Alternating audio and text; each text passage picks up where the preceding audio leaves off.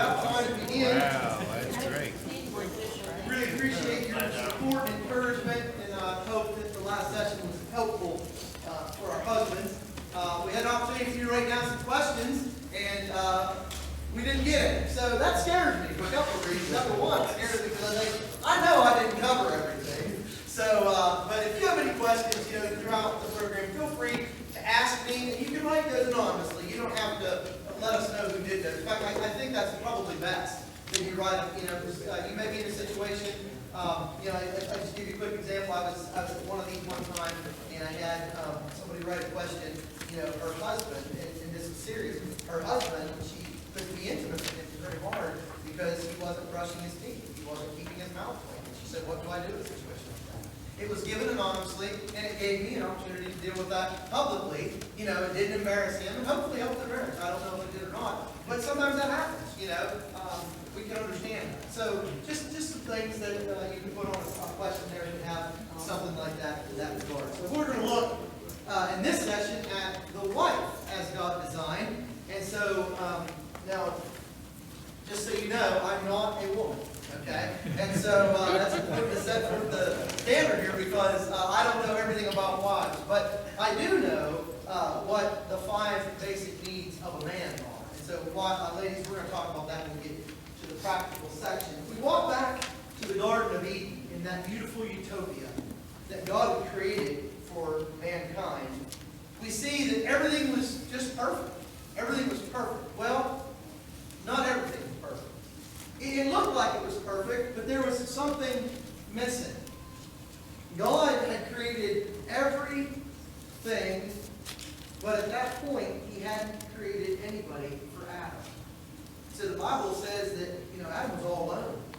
He looked at all the critters that God had created, and there just wasn't a suitable mate for him. And so God said, I'm going to make you a helpmate.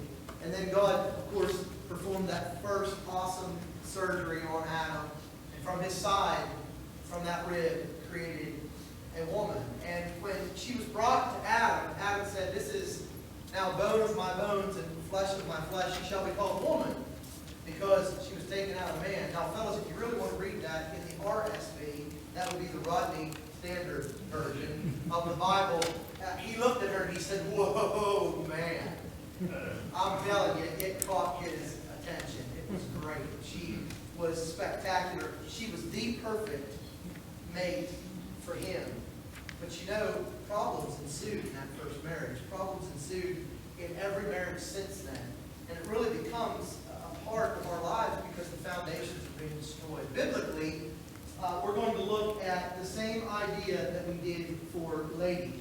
Or for men, rather. We're going to look at biblically what does God expect wife to be. We're going to look at personally what God expects wife to be. And then we're going to talk practically. When we get to that practical section, my favorite section, we're going to deal with the 5 basic needs of a man. And we're going to talk about how you can fill those needs better. The word wife literally means weaver. And so she is the home's weaver. She weaves it all together. What does she have to be God's wife, to be God's lady in the home? Well, let's look biblically first.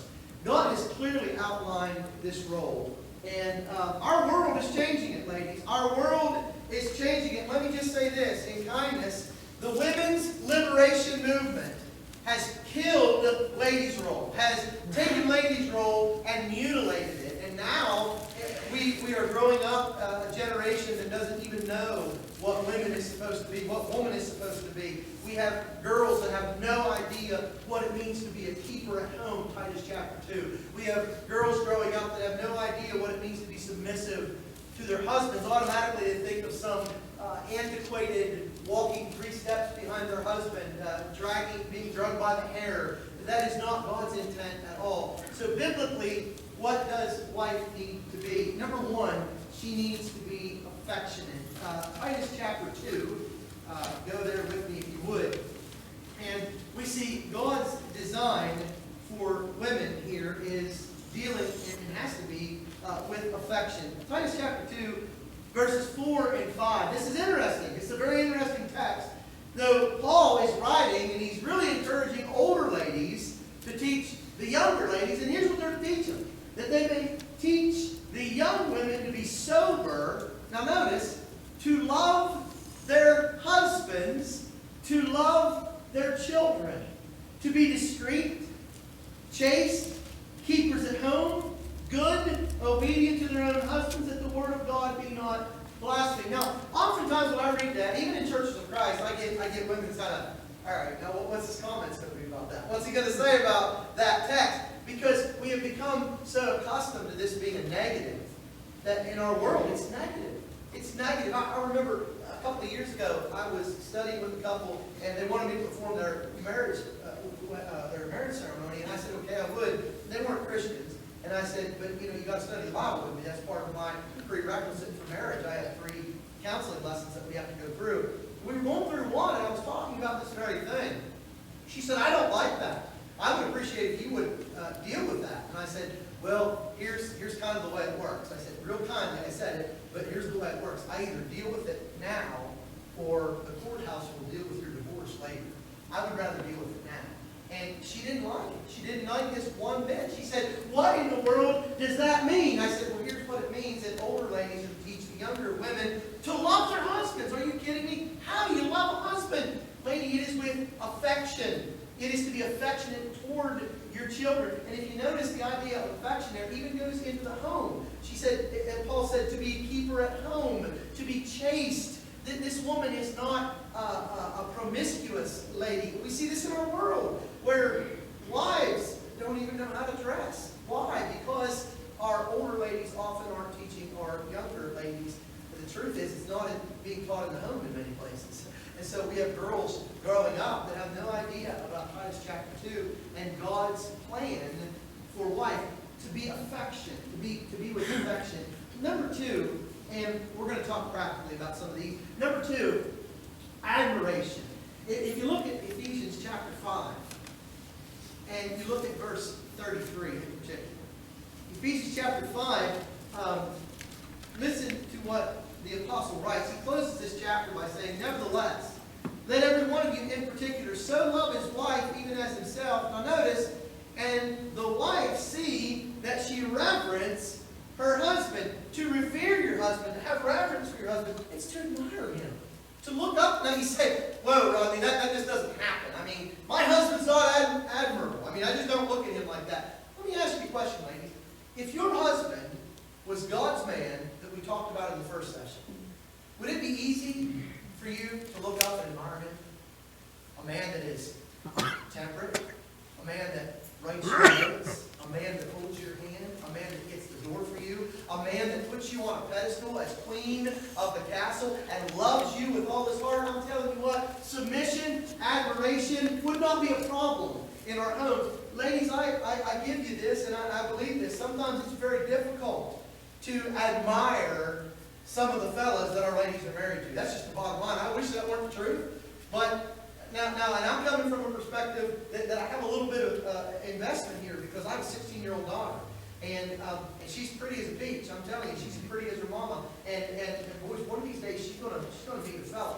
Now we've already had this conversation. He has to come through me, and just to let anybody know that has a young fellow about that age, I have a lot of guns, and I'm get really the shotgun I out. just want to get that out there. And so just in case, but I'm pretty protective of my daughter. But I know one thing that scares me, and her and I have a lot of conversations about this, is finding a man that she can admire. Because the bottom line is, sometimes the young men I see today aren't very admirable.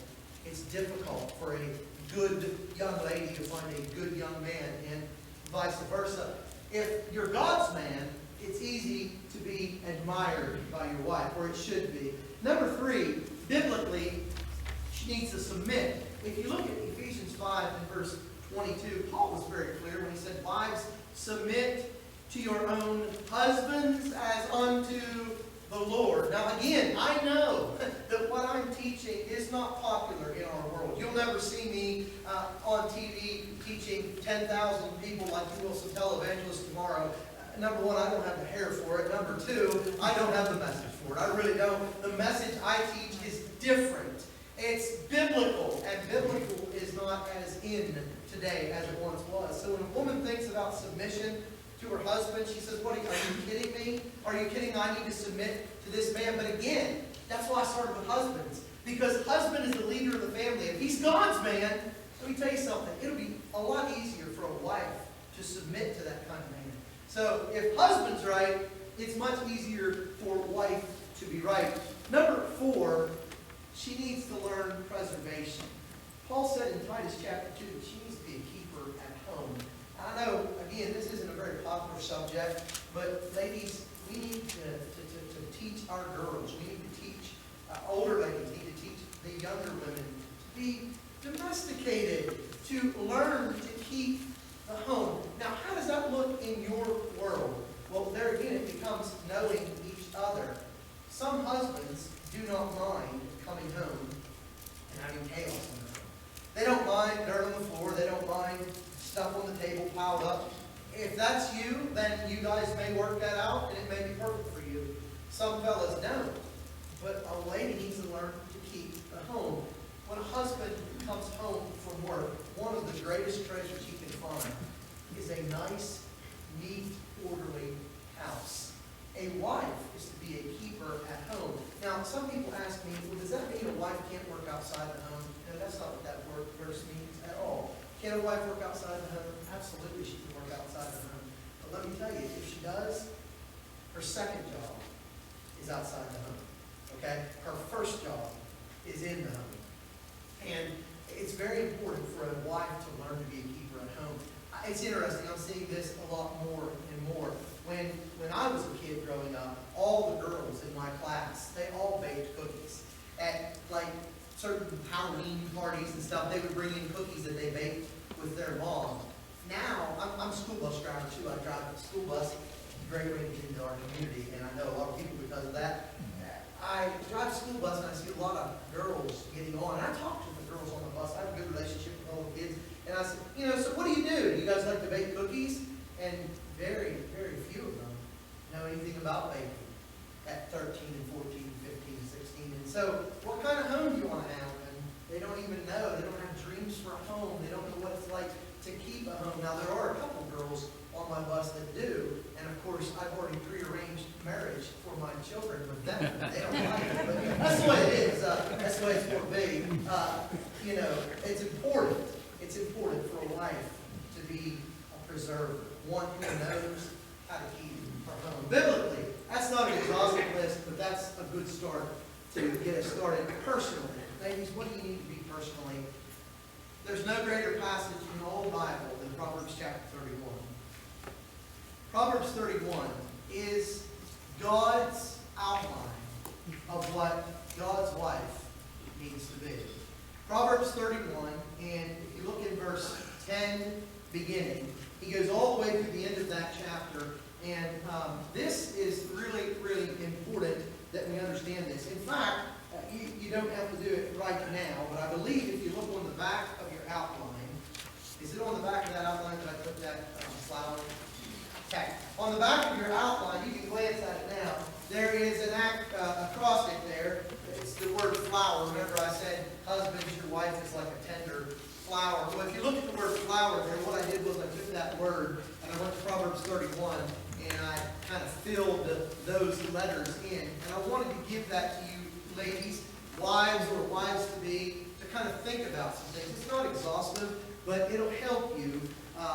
Use that to God's glory. Use that to God's glory and just see what kind of life you fill in that flower arrangement. Let's look at Proverbs 31, verse 10 beginning. Who can find a virtuous woman? Her price is far above rubies. Let me tell you something, fellas. You need to understand. You get a good one. She's the queen of the castle. She's number one. Hold on to her. Treat her right. The heart of her husband doth safely trust in her, so that she have no need of spoil.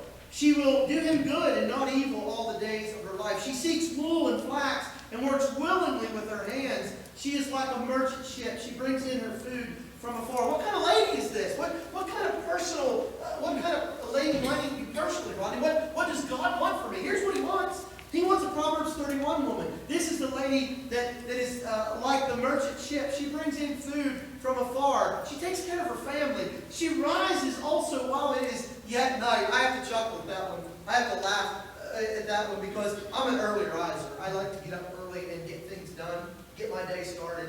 And it's amazing to me, in all the years that Julie and I have been married, I cannot beat that woman out of bed. It doesn't matter. She is up before I am. It's many times, I told you I like to hunt. She's not much of a hunter. I told her, honey, you need to be a turkey hunter. She said, why? Because you're up before I'm up in turkey season. She's there. She's got my coffee ready to go. And you're spoiled. Oh, I am. I'm a spoiled baby. I know that. I'm blessed. The point is, she rises while it's still night. She's a hard worker. Now, you ladies that have had children, you got to laugh at that too, don't you? She rises while it's still night. Some of you ladies, when you have children, you never see sleep more than like 15, 20 minutes, right? You know all about that, don't you? I know. I have seen my wife go through that. I've not experienced it, but I've seen it. She rises while it's night, verse 15, gives meat to her household and a portion to her maidens. What is she? She's generous. She's looking out for others. She's hospitable. Notice she considers a field and buys it. With the fruit of her hands, she plants a vineyard. She is constantly working in all kinds of areas. She girds her loins with strength and strengthens her arms. She perceives that her merchandise is good. Her candle goes not out by night. What's that? That's prepared. She's prepared for the storms of life. She's committed to her family. Personally, ladies, what more could your husband ask for than a Proverbs 31 lady? What more could you be closer to the example of Jesus Christ than following Proverbs 31, 10 through 31. It is God's model for you personally. It's what I recommend. And there's a lot of good helps. I don't have all of them on the sheets. But there are a lot of good things out there where you can take Proverbs 31, 10 through 31, and you can kind of journal with it, and you can kind of look at some of those verses. You can find this stuff if you Google it. And you kind of look at things and say, you know what? I need to work in this area, and I can do better in this area. And it's really a self-evaluation thing on Proverbs 31. It's model. It's the model for what really a wife needs to be. It's God's model, so it's a perfect model. Biblically, this is what she needs to be. Personally, this is what she needs to be. Now let's walk into practically. This has got to be my favorite part because it deals with the needs of men and women. Again, Dr. Harley wrote that benchmark book, His Needs, Her Needs. And he did so in this section from the perspective of what man's greatest needs are. So ladies, sometimes we don't understand this, okay? Sometimes you as a lady are not going to understand your man's most basic needs. They're not wrong because they're his needs. This is the way God created him. But if you don't know those needs, it's gonna be hard for you to be compatible. So let's look at them. Again, I've spliced these up for my own liking, but here they are. In this order is the way Dr. Harley gives them, and I want to share them with you. Number one. Now, ladies, I don't want you to jump off the pew, and I don't want you to get disgusted right away. But do you want to take a guess on what man's number one most basic need is? Do I have anybody that is willing? It's hard, isn't it, ladies? You're like, I don't want to get this wrong. I think I know what it is, but I don't want to get this wrong. I mean, I'll look like Rodney. I'll look like a buffoon if I answer wrongly. I'll answer for you. Sex. Number one need of a man is sexual fulfillment. Now let's explain that. There are exceptions to this rule, by the way. Just like I said, I can't know every husband. I can't know every woman. I can't know everybody. But I do know this. Dr. Harley nailed it when he said mankind, or not mankind, but man, gender specific, has one most basic need. Above all other needs, it's sex. Now, ladies, it's important for you to know that. Why is it important for you to know that? Well, let's go a little bit further with this explaining, and then we'll talk about it. Sometimes, if you're not careful, when you're married, I understand there's some people here that aren't married, and I'm glad you're here. This is great. By the way, this isn't taboo. You don't have to hide under the pew, because let me tell you something. God created sex. God specified sex in marriage. And it is a beautiful part of marriage. Now, I do have to do it disclaimer. It's the most horrific thing in the world outside of marriage. So if you're not married, stay pure. Don't involve with what I'm telling you. But if you're married, this is enjoyable. If you're going to be married, you need to know this because this is important. This is stuff we don't usually teach. And we're afraid to teach it because it's kind of taboo. But I want to teach it because I believe it's a very important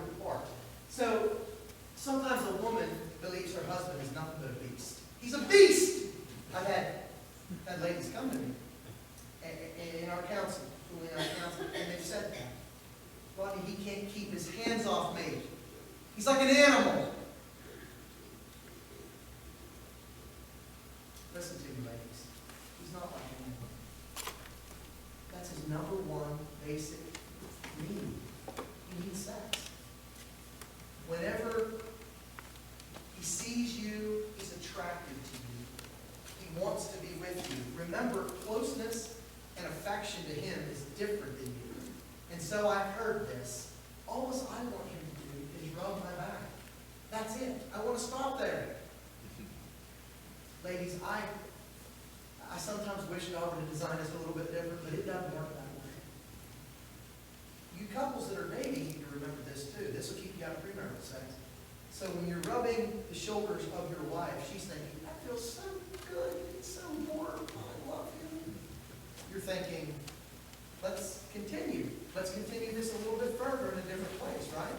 That's what you think, fellas, because that's how you're built. God designed you that way. I don't want to shy away from that. Marriage is honorable and all, and the bed undefiled. Hebrews 13:4. But whoremongers and adulterers God will judge. So, what about this idea of this intense sex drive that men have? How can we encourage ladies to understand men? How can we work this out in our marriage? Here's some helps. Number one, communicate. Communicate. Let him feel comfortable, ladies. Let your husband feel comfortable coming to you and telling you about this need. Communicate. Husbands, I encourage you to have a talk with your wives. I encourage you to say, listen, honey, it's been a little bit, and I need this. I need intimacy with you. I need sex with you. It's not dirty. It's not wrong. There is a time when you can separate. 1 Corinthians 7, Paul said, for a time, go ahead. Don't engage in that marital beauty. But then you need to come back together. Why? So Satan doesn't tempt you. One of the major reasons for marriage, and this sounds funny, but it's true, it's biblical, is to avoid fornication. Paul said, I wish everybody could be like me, but to avoid fornication, let every man have his own wife. So the point is, sex-driving man is put there by God. It is very strong. So communicate about this. Sit down. You may tell him, honey, when you rub my shoulders, that's all I want, but you always want more. And then husbands tell her, it's hard for me to touch somebody so beautiful and not be sexually attracted. Communicate. It's not wrong. She is beautiful to you. You love her. Then communicate that to her. Communicate back and forth. Number two, this may sound interesting. I don't know that I've heard many gospel preachers ever preach this subject. So here you go. You're going to hear one for the first time. There you go. Educate. On your list of readings, there's a book we'll recommend to married couples.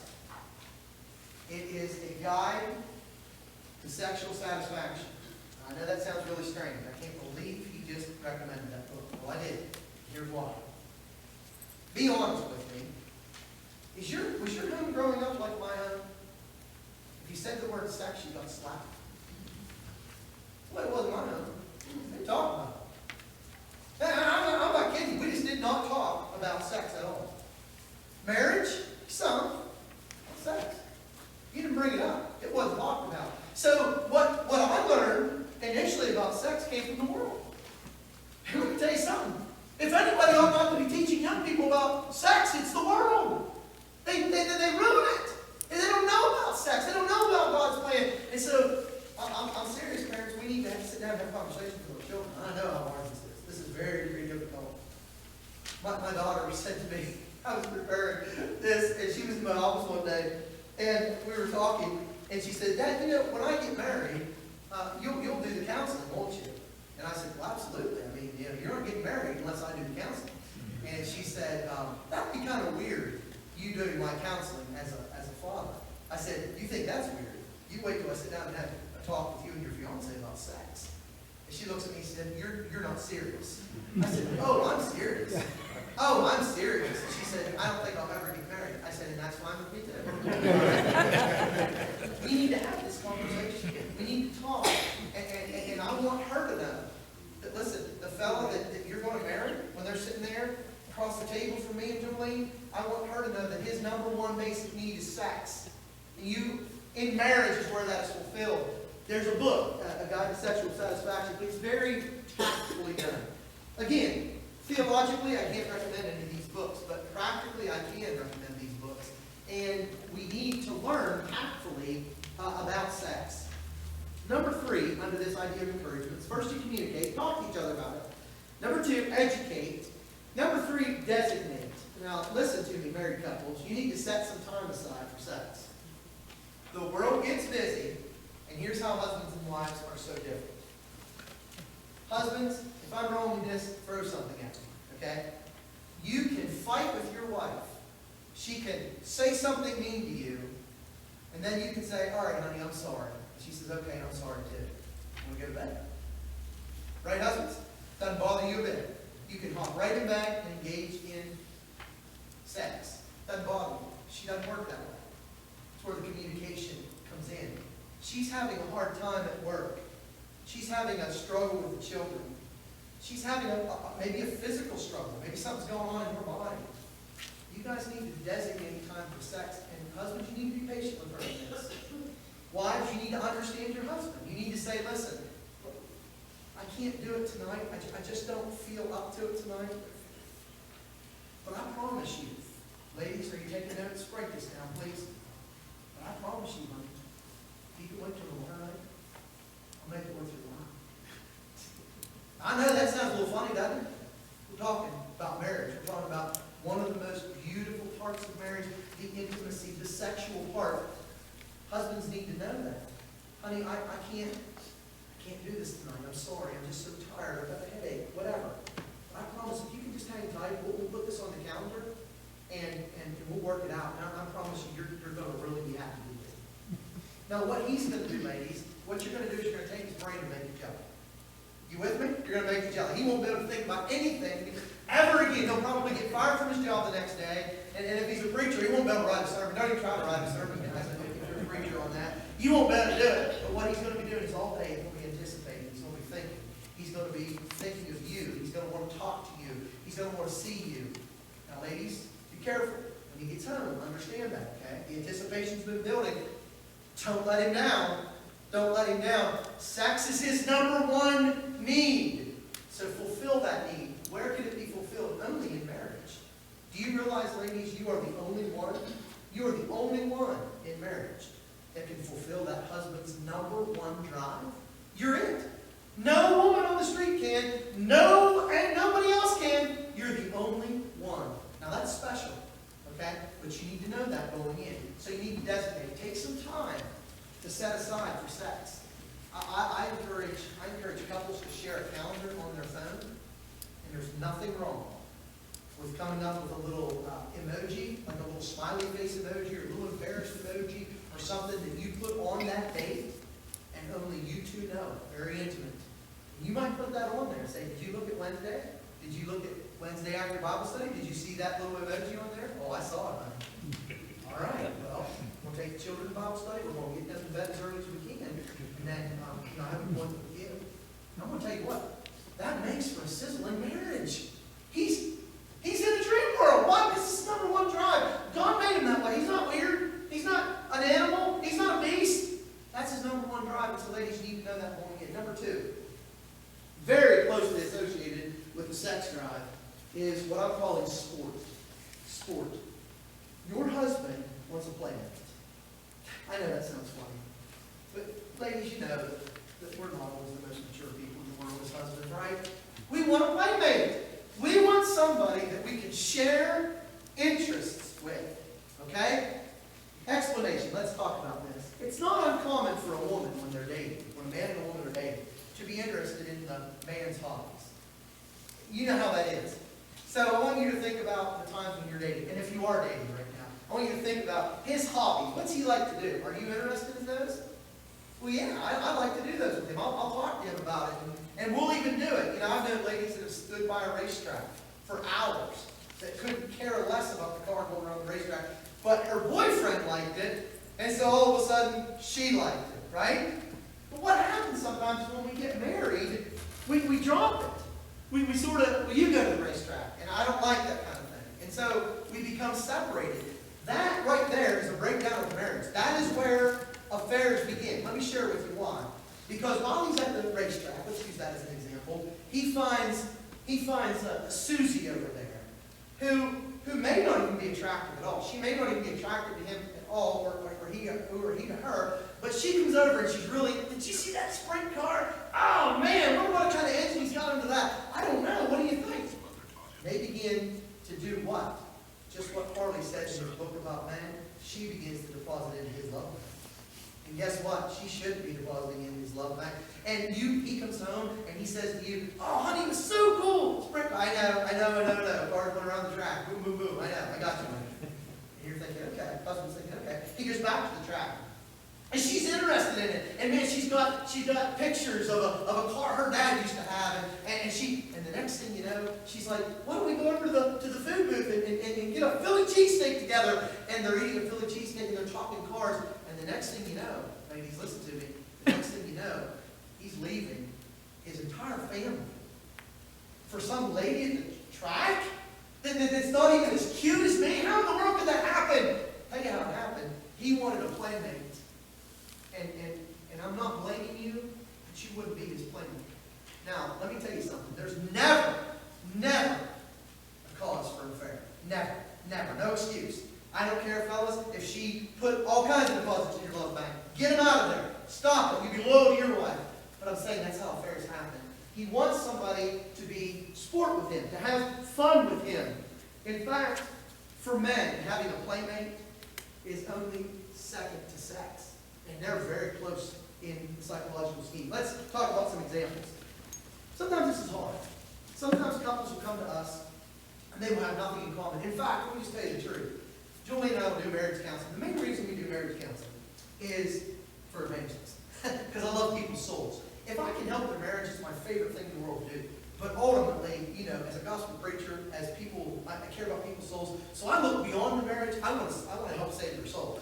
But I want to help their marriage, and people will come to us, and we've had numerous couples like this. They'll come and we'll sit down and start talking to them. We'll begin our counseling session with them. And when they leave, I'll look at Julie and I'll say, why in the world did they ever get married? Yeah. Like, well, what are they doing? Like, it's too late now, guys. You made a commitment. You're in, all right? You're in for life. But why? Why did you get married? They have nothing in common. Absolutely nothing in common. And a lot of times what's happened was they got married, I don't know why they got married. Sometimes it's a situation where she was going through something, needed a place to live, and they just got married because that's not a reason to get married. But that's sometimes what people do. Interests are important to have. What you like to do together. Find things you like to do together. That should have attracted you in the initial. So let me share a story with you. True story. So there was a fellow I knew. He had a cabin. He had a cabin in the wilderness. And he really liked to share time at that cabin. And his wife never would go with him. She didn't like it. She hated it. It was her least favorite thing in all the world. And it bothered him. It really did. She would never be a part of that cabin. Well, they never communicated about it. They never talked about it. And it cost them their marriage. You say that cabin cost them their marriage, Rodney? No. Not sporting together. Not having playmates. Not having interests. Cost them their marriage. And I talked to them later, after they were no longer married. And here's what I got from both of them. I asked him, why wouldn't she go with you? He said, I don't know. I don't know why she wouldn't go and spend time with me. I said, did you ever ask her? No, never asked her. All right, so I'm going to talk to her. I made the mission. I'm going to talk to her. I want to know why she didn't go with me. Because this was a huge problem in their marriage. I got to talk to her, and I said, one of the issues is you guys didn't have enough playtime together. You didn't do anything together. I know. She said, we were two separate people. I said, why? You had a cabin. You really like to go to that cabin. Spend a lot of time there. Why didn't you go to the cabin with it? She goes, that's real easy to answer. I said, well, answer. It stunk. It was musty. There was mice all through it. The beds had mice urine on them. And when I lay down, I could smell it. There was so much dust in that cabin, it affected my allergies, and I couldn't. And I'm thinking, how sad, not that I can fix everything, but how sad that I didn't get to that couple beforehand. Because it just so happens you could fix that situation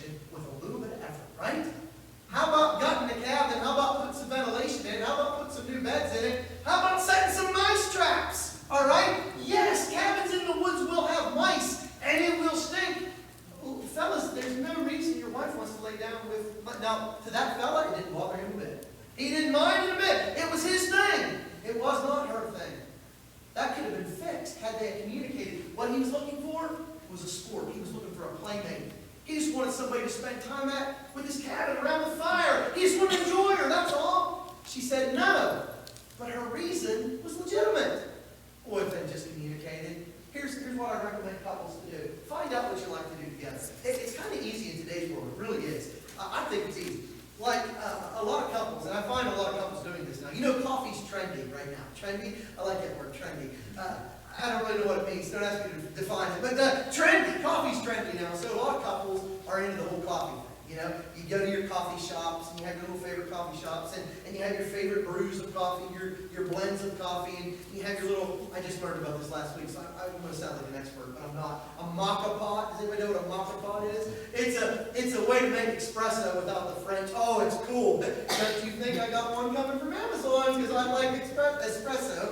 It's coming, it's an order, just haven't here yet. But I like coffee, and my wife likes coffee, and that's one thing we sport about.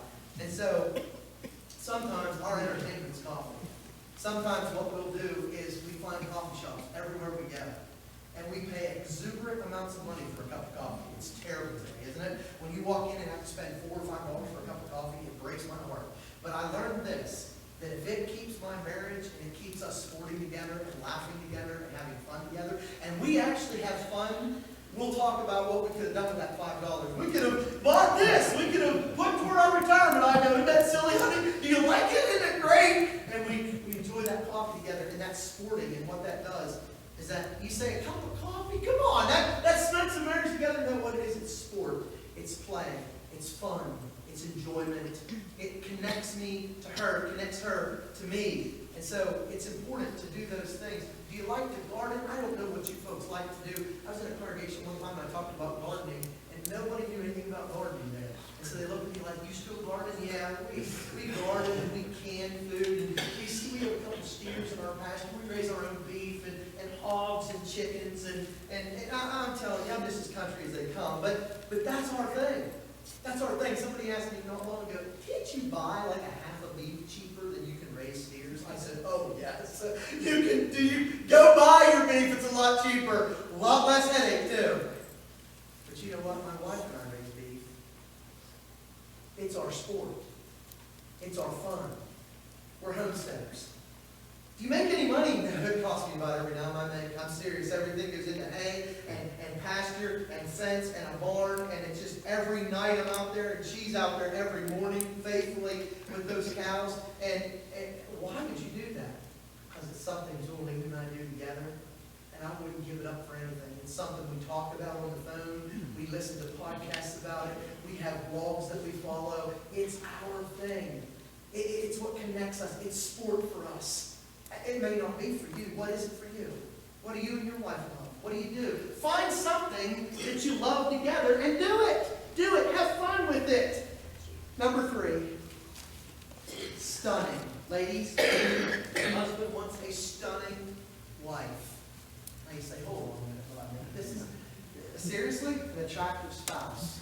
You're really going to put that as number 3? Are you kidding me? Isn't that kind of vain? No, it's really not vain. Let me explain what I'm talking about here. I'm not talking about vanity. I'm not talking about just the outward adorning. Ladies, take a big, deep sigh. I'm not talking about the perfect shape, the perfect height, or the perfect weight. Okay? That's not what I'm talking about. I'm talking about you being stunning to your husband. Now, when you were dating your husband, ladies, before he was your husband, he called you up and he said, hey, how about going out on a date with me Friday night? You said, yeah, absolutely, I'll go. Go back there, ladies. Some of you got to go back several years. Go back there. What did you do to prepare for that date? Well, let's begin by asking, was you the perfect weight then? No. Were you the perfect height then? No.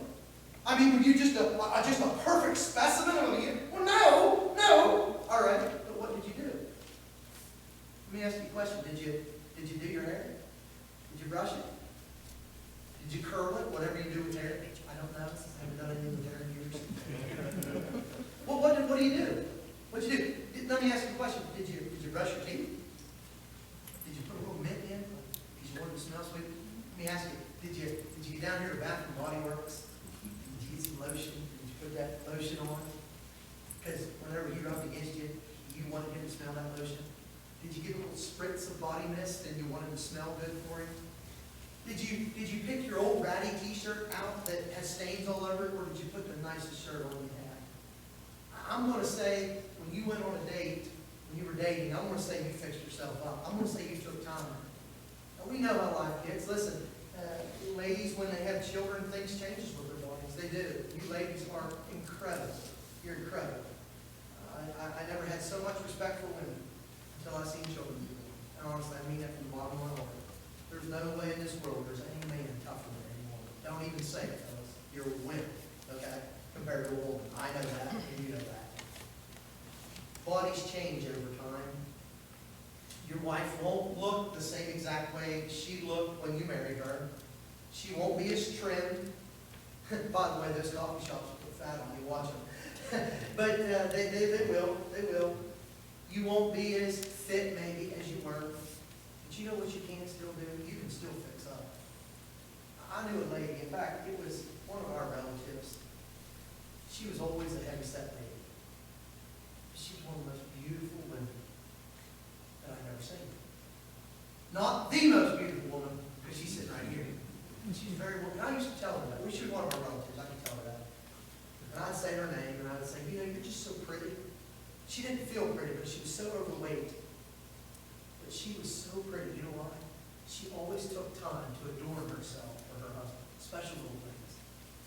And I'll be honest with you, she never was the perfect weight. Guess what? She's still not the perfect weight today. But she's still beautiful. When you see her, she fixes up. Julie and I often say, well, she's a lot older now. She's a lot older. And I say, isn't she such a beautiful old lady? Isn't she beautiful? That's the way Julie's mom was. She's a beautiful old lady. I think about fixing up, ladies. It doesn't matter how much you weigh. It doesn't matter all those things. But what does matter is you take the time to fix up. Look good for your husband. Why? Because he wants to walk in with you into a room as a prize. This is mine. This is mine. She's mine. Okay? So be stunning. Be beautiful. Paint fingernails. Do you ever paint your fingernails, ladies? Do you like to paint your fingernails? Paint them. Don't let them all chipped up. Now, some ladies say, no, my husband doesn't like painting fingernails. Then don't paint them. But if you're a painter, fingernail painter, do it. By the way, this is a side note. I'm going to give you this one for free. You fellas got daughters?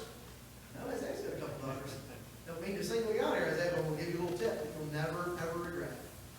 Take time to paint your daughter's fingernails or toenails.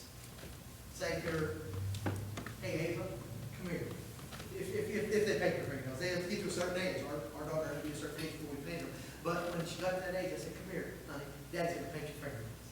And I'll tell you, Daddy couldn't do the job that Mama could do. But you know what? That worked 2 times. Because Brielle still remembers it like it was yesterday, and she loves it. And number 2, my wife still remembers it.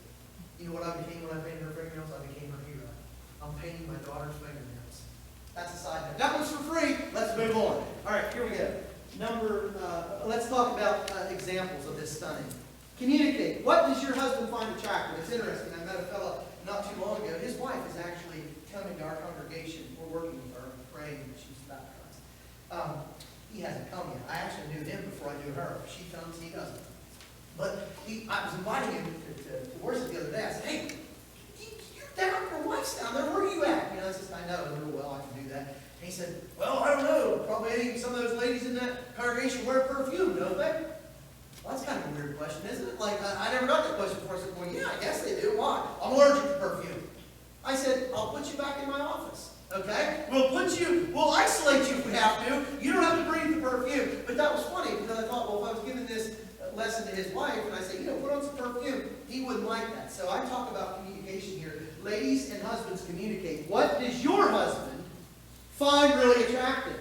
I'm going to give you a couple examples. Some men just love their women in a pair of jeans and boots. Oh, that's beautiful to me. Some men like their ladies in dresses and high heels. What does your husband like? What's he really, really like? I told you, we're homesteaders.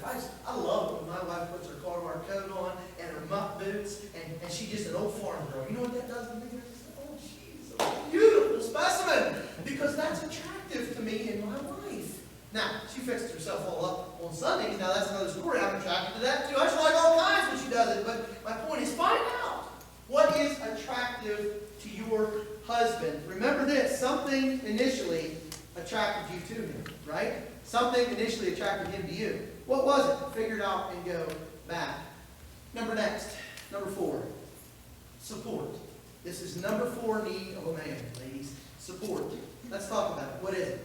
Husbands and wives are quite different when it comes to what jobs should be done and by whom these jobs should be done. Now, sometimes it's automatically divided in a house. How are jobs in a house divided? Usually it happens with your domestic situation growing up. So when you come over to this situation, that's what you think ought to happen. For example, I grew up in a home where my mother did almost all the cooking. So when I got married, I said, it's normal for the wife to do all the cooking. The husband doesn't cook. That worked out good because my wife likes to cook. But that may not work out good if she didn't like to cook. Maybe I should be the cook. So we've got to talk about this. What kind of support does she need in the home? Chores. You got a chore list in your home. I recommend you guys sit down and talk about this because husbands need support. Husbands need support, ladies. And you need to let him know he needs to let you know what's important to him. Hey, honey, I really hate it when the toilet is dirty. I really hate it when this is dirty. It may not bother another husband, but he's your husband. Figure out what to do. Let's talk about some examples. I recommend distinguishing your household tasks. I'm going to give you a practical application here. And if you're not married, boy, write this down because this helps you when you're in your first couple years of marriage. If somebody would have gave me this before I was married, that would really help me. So I've learned it, and I want to share it with you. All right, sit down and make a list. Make a list of the things that are important to you as a husband in the home. Make a list of what's important to you as a wife in the home. It's kind of funny when you compare the list, you'll see differences. You'll see differences because not everything's important to her, not everything's important to you. Husbands, when you make your list, don't criticize, and ladies, don't criticize him for his list. He may have something high on the priority list of the house. This is what I really want to see in the house, honey. It may not be a high priority for you. You have to figure this out. For example, for me, it doesn't really bother me to leave my bedroom with the bed underneath. That doesn't really bother me a bit. I figure I'm coming back to it tonight, and Stephen, don't you listen to this. This is wrong. I'm coming back to it tonight, and I'm going to sleep in it again. Why in the world would I spend time making it? But I do know the other half of me really gets perturbed if that bed is not made. She wants the bed made. That's high on her priority list. So learn each other's priorities, and then divide the tasks first on the things you would enjoy doing. Okay? So, do you really like to do this? Then put it, I'll do this, honey. She says, I like to do this, I'll do this. And then, at the bottom of the list, you're going to have some things neither one of you really want to do. I recommend doing them together, and I recommend having fun with them. Make fun. Make it a kind of a little competition. If you have 2 toilets in the house, I just think maybe that might not be the greatest thing. People don't like to clean toilets. If you have 2 toilets in the house, say, all right, today what we're going to do, honey, this is sport, this is fun. We're going to have a little contest. Who can clean the toilet the fastest and still get it done the most good. And the person who wins, come up with a prize. Buy you a coffee. Whatever. Make it fun. Go clean those toilets. And what you've done, you've divided the lists in the home, and you've actually helped support each other. All right, last one. What is number 5 on a husband's really major need? It's sensation. I'm calling it sensation. You might call it admiration. Listen to me, ladies, carefully. A husband, and I'm going to almost guarantee every man in this assembly today is like this. He wants you to admire him. He wants you to think he is really something else. I'm going to let you in on a secret, ladies. Your husband won't tell you this. Deep down, men are very fragile. We really are. We walk around with a big macho attitude. We walk around with a I know everything attitude. The bottom line is we're very fragile. Fellas, don't get mad at me. Okay, I'm telling the truth here. We're fragile. Our wives can crush us like that. They need to admire us. When a wife admires her husband, it makes a marriage really sizzle. Let me share with you one way affairs happen. When a wife does not admire her husband, and the lady at the office does admire her husband, not her husband, but your husband, in the beginning stages of an affair. Almost always will an affair occur. And I hate that, but it's true. Julie and I knew a couple one time, the wife had zero respect for her husband.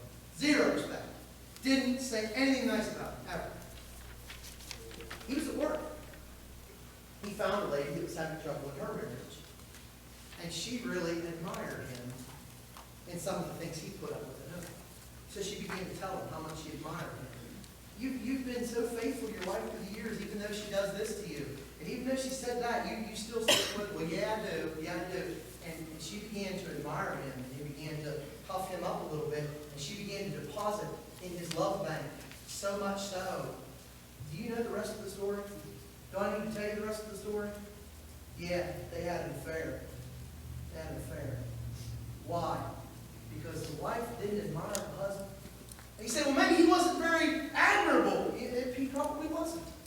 Let me tell you something. That wife didn't admire the husband, but another woman took time too.